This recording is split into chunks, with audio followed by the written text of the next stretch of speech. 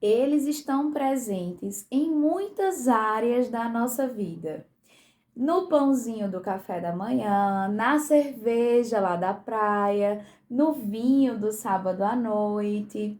Mas será que é bicho ou será que é planta? É bicho, mas não faz digestão nenhuma.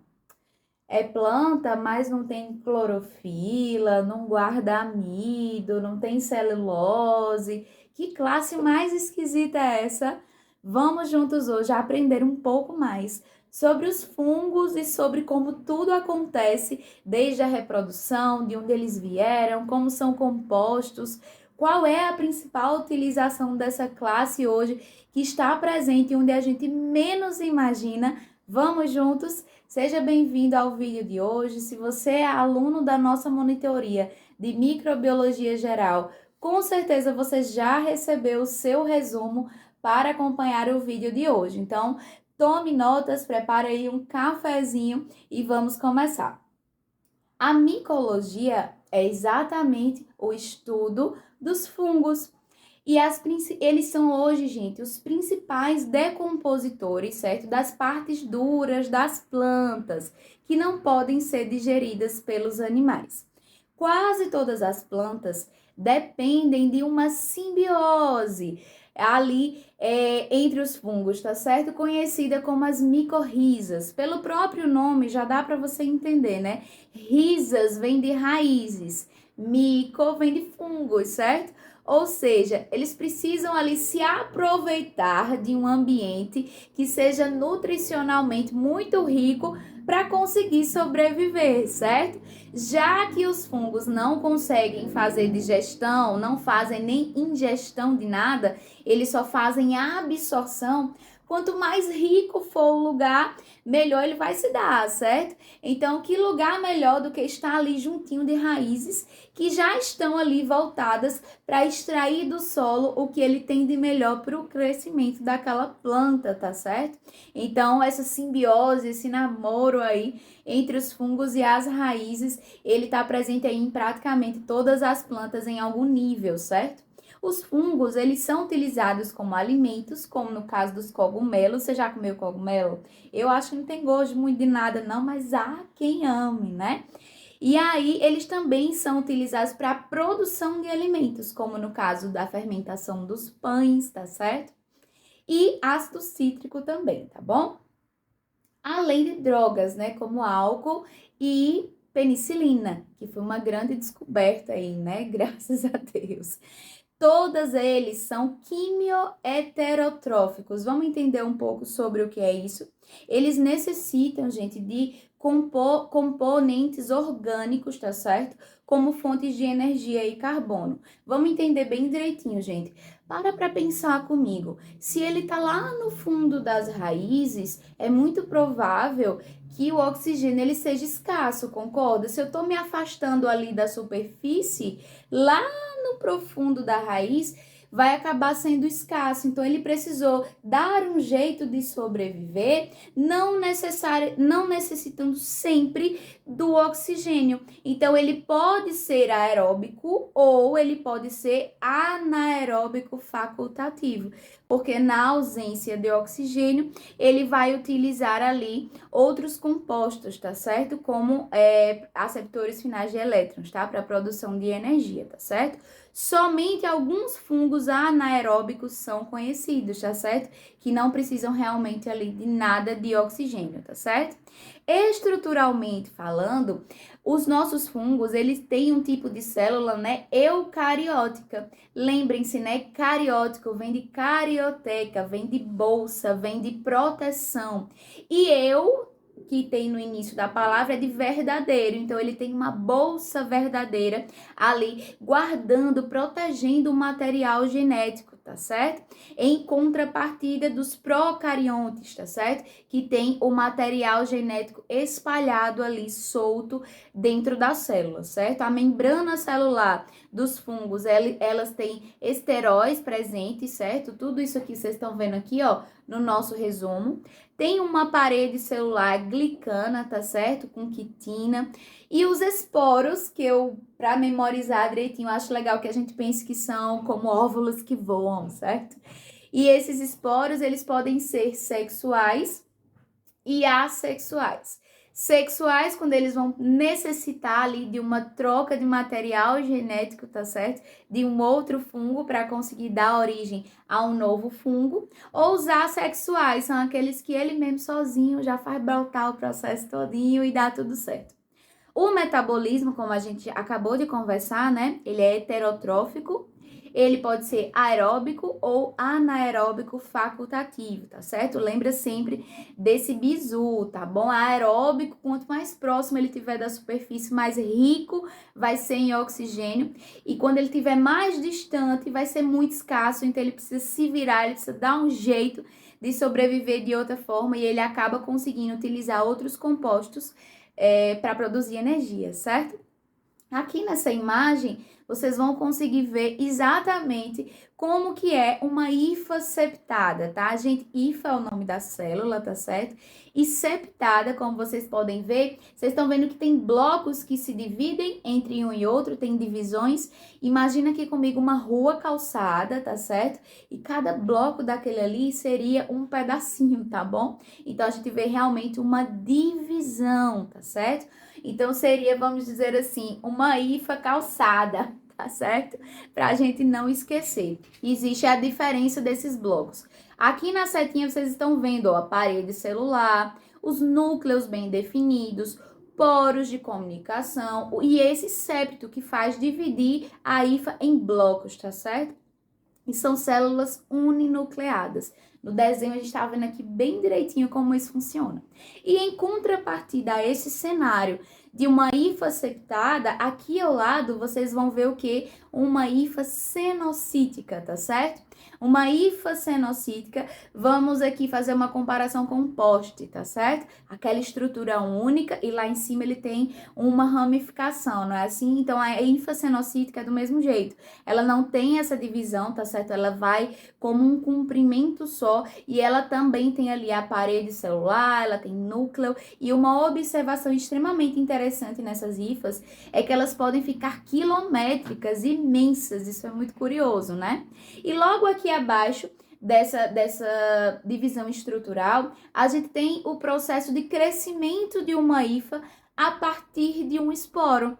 Então, gente, é fantástico, porque o próprio vento muitas vezes pode levar esses esporos para quilômetros de distância. Então, às vezes é comum se encontrar um fungo que só se tinha em uma determinada região, acontecendo em outra região completamente diversa. E muitas vezes ele foi disseminado ali, os esporos, né? E às vezes de forma até mesmo assexuada, ele conseguiu ali dar nascimento, dar origem a um novo fungo, certo? Então, olha que crescimento curioso. A gente tá vendo aí o esporo, aí vai nascendo um brotinho ali, e aí vai crescendo, e de repente, olha só, já tem uma hifa totalmente formada, certo? E logo abaixo, vocês vão ver uma informação super interessante, que é o quê? É que são estruturas vegetativas, certo? Vamos fazer uma comparação aqui comigo. Às vezes uma pessoa tá muito doente e fala assim, fulano tá lá, só tá vegetando. O que é que acontece? Ele já não faz muita coisa por si só. Então, tem alguém nutrindo aquela pessoa, tem alguém oferecendo tudo que aquela pessoa está precisando ali para tentar sobreviver. E no fungo é a mesma coisa. Olha aqui nessa imagem que curioso. A parte de baixo, que é a parte que fica em contato com o solo, ela é a parte vegetativa, porque é a parte que está se preocupando o tempo inteiro ali em só obter nutrientes do solo, obter nutrientes no solo, nutrir para o resto do fungo, certo? E a parte aérea, como tá escrito aí, ó, é que é a parte reprodutiva. É a parte aérea que vai sustentar os esporos, tá certo? Igualzinho vocês viram na imagem da capa aqui do vídeo, certo? Ali tem um exemplo, né, daquilo ali tudo pronto, a parte aérea que tá ali carregada de esporos, tá certo? Prontinhos para serem liberados e aí darem origem a novos fungos, certo? Então, isso aí é extremamente interessante. E cada fragmento, gente, ele é capaz de sozinho formar uma nova hifa. Isso é incrível, né? E aí, na segunda parte do nosso resumo, vocês vão ver aí que a gente tem exatamente a imagem que tá na capa do vídeo, que é um esporangióforo, certo? E imagina um monte de pirulitos, certo? Com aquelas bolsas ali esperando para bum, explodir e reproduzir-se bastante, certo? Então, a gente tem aqui uma representação dessa imagem, tá certo? Ou seja, os esporos são protegidos por uma bolsa, tá certo? Em contrapartida de um outro modelo que a gente vai ver daqui a pouquinho. As leveduras, pessoal, são fungos unicelulares não filamentados, tipicamente esféricos ou ovais, e eles formam um pó branco que cobre folhas e frutas. Com certeza você já viu isso, ou no supermercado, ou na feira, aquele pozinho branco ali, aquele ali é um fungo que vai se desenvolvendo, são as leveduras, tá certo? E elas vão acontecer um brotamento, tá certo? A gente fala assim, fulano brotou em tal lugar, fulano surgiu do nada, né? Então, a gente vai entender um pouquinho como é que funciona. Olha que curioso aqui, também nessa imagem de representação. A célula parental, ela não dá vida pelo broto, tá certo? Ela não vai morrer depois de se dividir ou algo assim. Ela simplesmente vai fazer uma protuberância ali, tá certo? Que é daí que vem o nome broto, tá bom? Na sua superfície externa, pra gente não esquecer. Imagine que vai nascer uma verruga, tá certo? Vai nascer aquele brotinho ali, e aí vai material genético pra dentro, e aí ele, puf, ele solta. E aí a hifa-mãe, vamos dizer assim, ela permanece preservada, tá certo? Ou seja, olha só que coisa curiosa, uma única célula, ela é capaz de originar 24 células por brotamento. É muita célula, não é? Vinda de um só. Elas são capazes de crescimento anaeróbico facultativo, a gente já conversou sobre isso, né? Mais perto da superfície, muito oxigênio. Lá nas raízes, muito pouco oxigênio. Então, a gente precisa se virar, né? Podendo utilizar oxigênio ou um composto orgânico como aceptor final de elétrons. E é por isso que eles conseguem sobreviver em vários ambientes diferentes, certo? Aqui a gente tem uma representação de como que acontece essa dinâmica quando tem oxigênio e quando não tem oxigênio, certo? Com oxigênio, eles vão fazer respiração aeróbica, tá certo? Ou seja, vão metabolizar ali os hidratos de carbono e vão formar o quê? Gás carbônico e água, certo? Porém, quando não tem oxigênio, eles vão fermentar os hidratos de carbono e vão produzir o quê? Etanol e dióxido de carbono. E a gente vai ver esse processo aonde? Na produção de vinho, na produção de cerveja, na produção dos pães, tá certo? Na panificação. E o ciclo de vida, ele acontece também de duas formas. Reprodução sexuada, quando eu vou precisar ali, ó, daquela dança, daquele casamento entre materiais genéticos de hifas diferentes para dar nascimento a uma nova hifa, tá certo? Isso é uma reprodução sexuada. Ou assexuada, que é nesse exemplo dos brotinhos, tá certo? Quando não há uma fusão nuclear e simplesmente uma hifa, ela consegue dar vida ali a uma outra, tá certo? E em contrapartida a essa estrutura que a gente conversou, aqueles pirulitos lá, que são os esporangióforos, nós temos os conidióforos, tá certo? Que pelo próprio nome, a gente vê que já é uma estrutura morfologicamente já um pouco diferente, certo? Que dá origem ao que? Aos conídeos. Olha essa imagem aqui, tá certo? Então, ele tem uma estrutura de árvore, tá certo? É bem bonito realmente que fica, tem muitas imagens na internet, se você tiver curiosidade para olhar, tá certo? E a principal diferença é que nessas árvores, como a própria estrutura já fala, não existem bolsas guardando os esporos, né? Eles ficam ali só esperando, né, o momento certo de se soltarem ali da mãe e caminharem para se reproduzirem, tá certo? E aí eles estão sempre, esses fungos, né, pertinho ali de lugares extremamente nutritivos, para que eles possam simplesmente absorver. Eles são muito espertinhos, né? Eles não querem ter trabalho de nada. E aí a gente vai pontuar aqui um mapinha mental das coisas mais importantes para que a gente não esqueça, tá certo? Ou seja, os fungos, eles são uni ou pluricelulares, eles não têm um tecido verdadeiro. As suas células são as hifas, como a gente já falou. Quando muitas hifas estão reunidas, elas formam um micélio. A parede delas é de quitina. A reserva não é amido, tá? Fungo não é planta. Existe muito essa polêmica. A reserva do fungo é glicogênio, gente. Os fungos, eles não sintetizam clorofila, eles não têm celulose, eles não armazenam amido, eles são eucariontes. As colônias de leveduras, elas podem ser pastosas ou cremosas. Eles fazem fermentação e eles também auxiliam na produção do antibiótico penicilina, certo?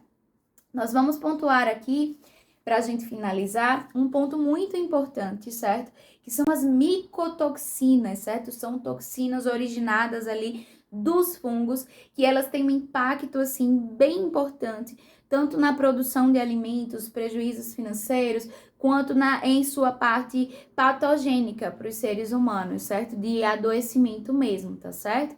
Então, existem dois efeitos dessas micotoxinas. O primeiro deles é o efeito agudo. Quando você vê esse nome aí, você já se preocupa. Uma coisa aguda é uma coisa que vem, é uma coisa que é muito nociva, certo? Então, uma micotoxina com efeito agudo, ela só precisa de uma ingestão única para fazer o estrago necessário, certo? Como necrose, degeneração hepática, é muito sério isso. E em contrapartida a esse efeito agudo, nós temos os efeitos crônicos, tá certo? Que aí, no decorrer do tempo, ele vai ali trazendo a sua nocividade, tá certo? A médio e longo prazo. E aqui a gente pode pontuar os efeitos carcinogênicos, os efeitos mutagênicos, são muitos efeitos. E eu vou pontuar aqui 6 delas, tá certo? Para que a gente não se embanane aí em nenhuma prova, é provável que isso caia em concurso e até na nossa provinha aí que tá chegando, certo? A primeira delas são as aflatoxinas, certo? E elas crescem em rações e alimentos. Olha só, gente, a importância do condicionamento correto, da exposição, da temperatura, certo? Para que não se desenvolvam essas aflatoxinas, tá certo? A segunda são as ocratoxinas, que também são desenvolvidas em alimentos, certo? As patulinas são aquelas manchas marrons que vão comendo assim a maçã, certo? Então, patulinas são micotoxinas, né, que a gente vê ali como exemplo da maçã.